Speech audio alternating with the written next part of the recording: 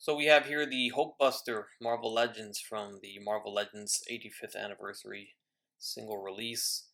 It's Hasbro's first comic book Hulkbuster in and ever, I think. I think the last time we got a Marvel Legends Hulkbuster that was comic based was Toy Biz. So it's been a long time coming for this. Not quite sure why it took this long. They definitely have made an MCU Hulkbuster already, but when it came to comic base, they kind of neglected to release one for whatever reason. But here it is. It's not a build a figure; it's a single release, which is surprising. This would have been an easy build a figure, but nonetheless, here he is. I think this was $50 or $60 if I'm not mistaken. I think, but let's get this thing open. On the backside, I guess let's not get this thing opened. On the backside, we have artwork here, which is cool. We got the Extremis Iron Man there, which we've gotten that figure already, so that's going to be a nice combo. And then a little read up there on the side, so if you wanted to read it, you can do so in multiple languages there. But yeah, now let's go ahead and crack it open. Alright, so here we have our Hulkbuster, and he seems a little out of frame here because he is a pretty tall figure. And he comes out of the package looking like this. He looks a little weird because his chest piece is not on, and also his back piece isn't on. I think they did that for, I guess, for packaging reasons. Not sure, but we do get an alternate set of hands as well. You see the hands he has on right now are the grabby open hands. You can give him some fists too. I think this figure could have gotten some articulated fingers, but we've never really seen that out of a regular release Marvel Legends, so kind of didn't expect it. We do got these little booster canisters too that are packed in separately, but they seem to attach to the back of the chest plate. So one goes like right here, you see that, and then the other one on the other side, of course. So you got these little booster packs there. That's kind of cool. And then last but not least, we get a actual Tony Stark head sculpt. So we get an unmasked version, you know, of this, which kind of is a little callback to the Toy Biz release. But I really kind of wish that we had the flap up feature that the Toy Biz release had, where you can flap up this helmet, but unfortunately we cannot do that. Alright, so here is our Hulkbuster with the chest plate attached. Now he looks fully complete, and he looks great, man. Honestly, he looks pretty nice. There's the little booster packs on the back there. There are peg holes in these too, so you can, I guess, kind of attach something to it if you really wanted to. But overall, the figure is a colored plastic. The paint apps on this is going to be mechanized hydraulic systems here, on the elbows and on the back of the leg. That's painted silver. All the silver you see is pretty much painted silver, and so also the gold that you see on the arms, that's paint as well. So the silver and gold are pretty much paint except for the gold on the abdominal area. That's going to be plastic, and so are the kneecaps going to be plastic as well. So everything else is painted. The chest reactor is painted too, and so is the face plate. Now with the chest armor attached, the head is not going to move up and down for sure. It's just going to get that left and right movement right here. So there you go.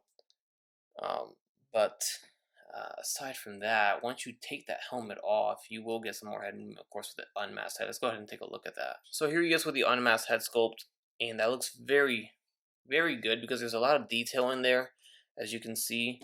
You can see all the mechanized armor inside there, all the detail, and they also sculpted some of that detail on the head sculpt itself, so it looks pretty, fleshed out.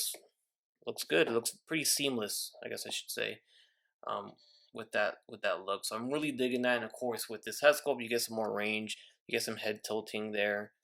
You can look up, and you can look down somewhat. It's on a barbell peg, so. But overall, I love the fact that we get this option here. So very, very nice head sculpt in my opinion. Even the helmet that was on, as you can see right here, flip it over and you see some detail in there. That's totally unnecessary. You don't need to do that, and they did that anyway. So I think that looks nice. I really appreciate the effort and the fact that they added this detail in this helmet piece that you are never going to see it when it's attached to the figure itself. So very cool. Alright, so we saw the head movement on this guy.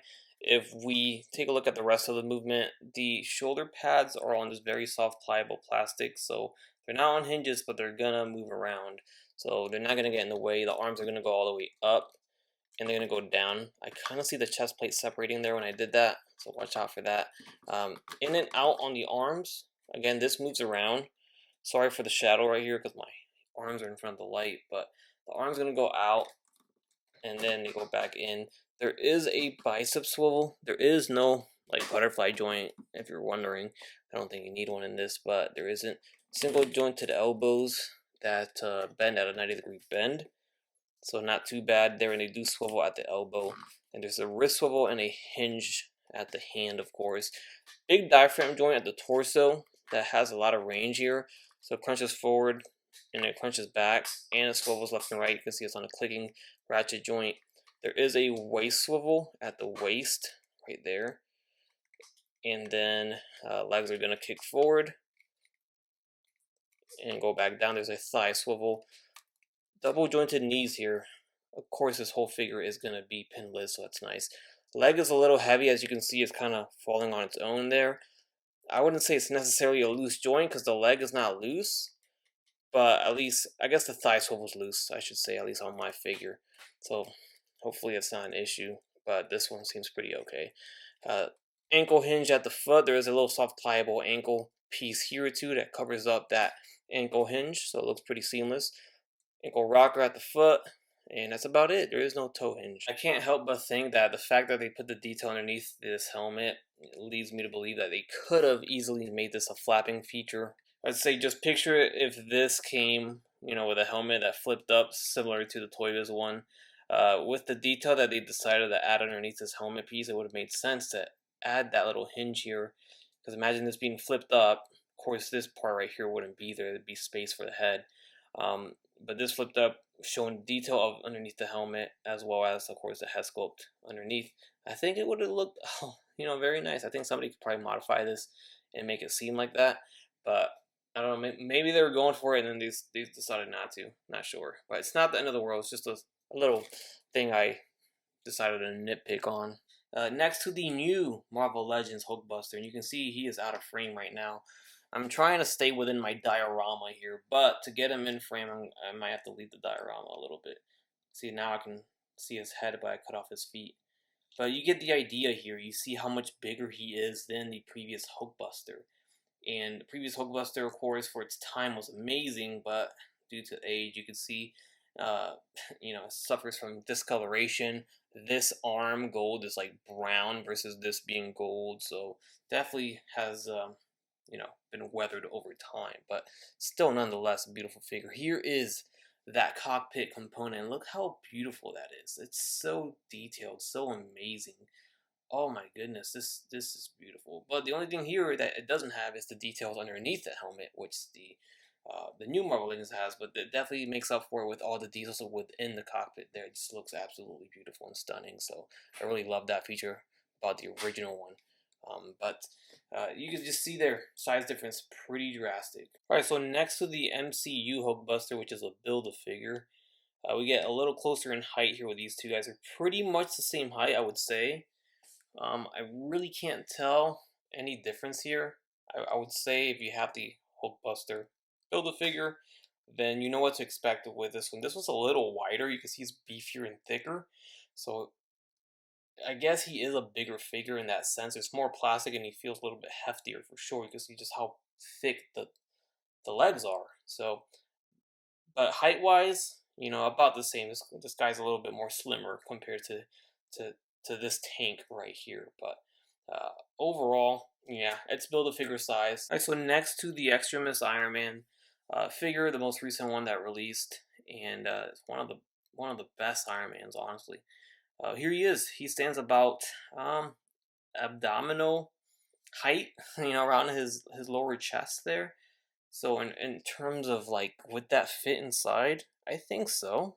You know, I think that would fit inside of this suit. You know, but there you go. Right next to each other. You just see how massive the Hulkbuster really is. And I'll go ahead and throw the Hulk in here to get a Hulkbuster and Hulk comparison. And I think it's pretty good, if you ask me. The Hulkbuster is supposed to be bigger than the Hulk, so very, Very good scale in my opinion. I would say the official height on this figure is about 9.5 inches tall to the top of his head. Alright, so all in all, I like it, of course. Iron Man's my favorite, and I've been waiting for a new updated Hulkbuster for a very long time. And here it is, and I really, really do like it. Um, a few nitpicks here and there, of course, as always. There's nothing that's ever perfect, but I really do like this release, and I think if you're wanting a comic-based Hulkbuster, this is gonna be it for sure. I know Marvel Select, I think, is making one, so you can either go that route or this route, whichever way you'd like. Um, I might check that one out. I know somebody else was making one. I think it was Diamond Select, not sure. I went ahead and gave him the fist hands right now. I kind of wish he had open hands, like repulsor blasting hands, because those little grabby open hands that he comes with, there's nothing for him to grab unless he's gonna grab onto like a steel rod or maybe Hulk himself, or I don't know. But even that grip is not big enough. So I guess it's a relaxed hand. Not sure, but I gave him the fist here. It looks like he's about to punch the Hulk, and that's it. Yeah, I mean, really digging the head sculpt, and you can get him in some real cool poses for sure for such a big figure. So as always, let me know your thoughts down below in the comments, and I'll catch you guys on the next one. Bye.